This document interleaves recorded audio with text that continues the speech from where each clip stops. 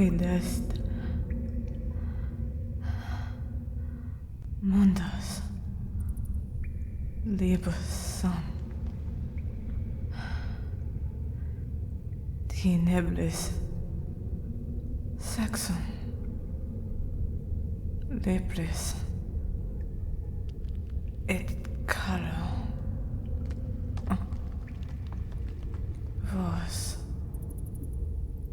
mortalis ita mortalis me non naturalizes qui sum a anglicos ita. Is this better? Do you understand me now, mortal? Good, good. We should converse on equal terms. You seem afraid. This astral form must seem strange to you. So be it then.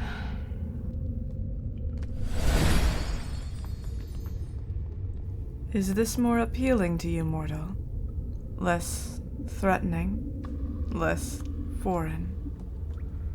Though I do wish for you to fully understand that I am no threat to you. I wish not to be. The reason is simple. I do not know how much time has passed since my slumber, but I can sense that it has been a great deal of time. I need your help. Tell me, what is the year? Then I was correct. It has been over a millennia since I walked this earth. I have no doubt that it will be foreign to me now. A new world. I had not expected to rest for this long. What went wrong? This place. This is not the place I intended to rest. Was I moved? Is this the result of human interference, or the divines? Tell me, where exactly are we? A cave. Up high in the mountains of... what did you call it? Then that is the name of the village where these mountains reside. Do you know if it was always called that name? Ah, yes. Angelus. I know that name. The people speak of a village that once resided here. But over time, rock slides and earthquakes caused it to be buried. Ah, now I understand. I wasn't moved at all. I am still in my previous resting place. This was not the result of men or gods, but of Earth, doing what it always does, changing. No, young one, I am not angry. There is no point in feeling such things over something I have no control over. All that would do is waste energy. Energy I could otherwise be using in a more productive manner. My name. I went by many names in my time. Pacifist Orfito, Mater Somno. But most called me Somnium. I see the confusion on your face. It makes sense that you know little about me. My time is no doubt the cause of legends in this new era. Somnium. It means dream. Yes, I am the bringer of dreams. I would move throughout the night, slipping softly into the minds of sleeping mortals to ease their troubled thoughts and give them peace.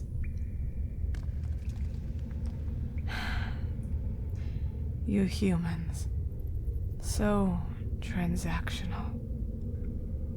I wasn't doing it to get something in return.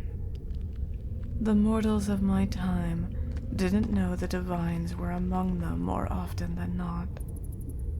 Their mortal senses could not pick up on the wavelengths of power around them. Still, some of the divines would allow themselves to be seen. They would admit to their efforts in the mortal world. And so, the mortals worshipped us. They built shrines and temples in devotion to us. This pleased many of the divines, as they often considered mortals to be terribly beneath them. So it was their place to worship and grovel. But this is not how we all felt. I never needed praise or worship or fame for my actions. Seeing how a well-rested night's sleep could motivate mortals to do even the hardest tasks made me happy. I was impressed by them. So frail and powerless, and yet so capable of completing so much. I wanted to make them happy, and I did. Well, moving into a mortal's mind to ease their suffering allowed me to see that suffering in its entirety, to be part of it temporarily. I saw everything, all the pain mortals were able to bring to each other, over and over. And over time, this became difficult. I meant what I said before. I never needed anything in return. But it was becoming more tiresome to maintain. Many of the divines wouldn't care to listen to my plight. They would simply expect me to stop. After all, why should I suffer for the mortals that didn't even know I was helping them? So, after centuries of this life, I grew too wary of it. I needed a rest. Just a small break, if you will. So I laid myself on a bed of earth, cast aside my physical form, and let my consciousness fade into obscurity. I only meant to rest for a few decades, maybe a century. But clearly, that is not how it happened. No, mortal. I wish not to live in the past. Tell me about yourself. What are you called? Interesting. Definitely more modern than in my time, but with a certain ring to it. I like it. It suits you. And these clothes that you wear, much more revealing than I'm used to. I can see your legs, and your arms are nearly bare. Is this because of the climate, or does it aid in your movement? Both. Ah, so mortals have resulted in removing more cloth in order to maintain body temperature. Such a simple concept, and yet such an intelligent choice. This is why I like you mortals. You never let the world around you stop you from your own goals. Do you live in one of the villages around here? No. Then where is it you came from? How are you not exhausted then, little one? Surely the journey to reach this place would have left you nearly lifeless, yes? And you have little more than a sack on your person.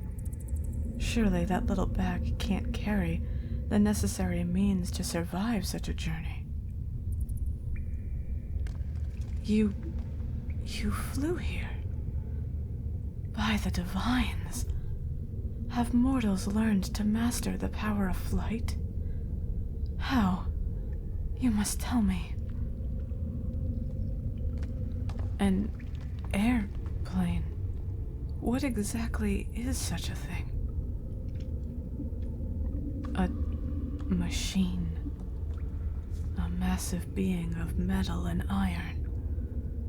And this device can carry you over entire oceans? Not just you.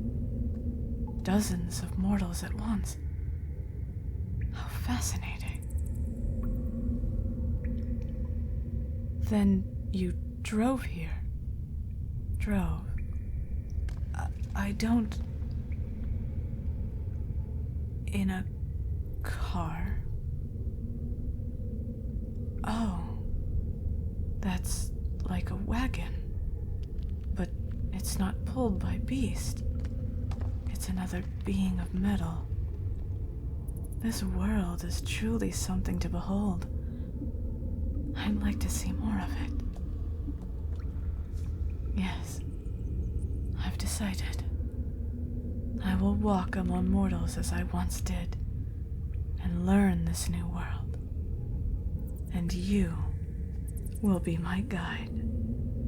You will teach me about this world and all its new features.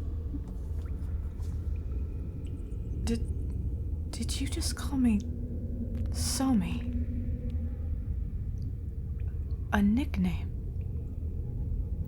A shorter version of one's original name, given by another as a term of endearment? Ah, Somi. Yes. Yes, I like this. All right then. Shall we go? After all, I have much to explore, and time waits for no one, not even the divine.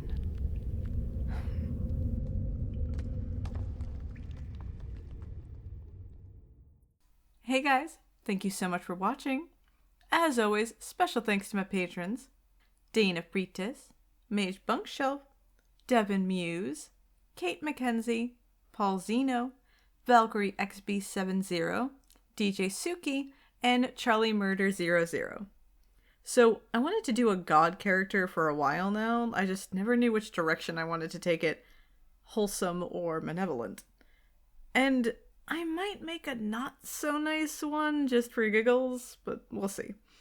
Also, if anyone knows Latin, I hope I didn't butcher it. I tried my best. Like, comment, subscribe, ring the shiny bell, and I'll see you all in the next one. Bye-bye!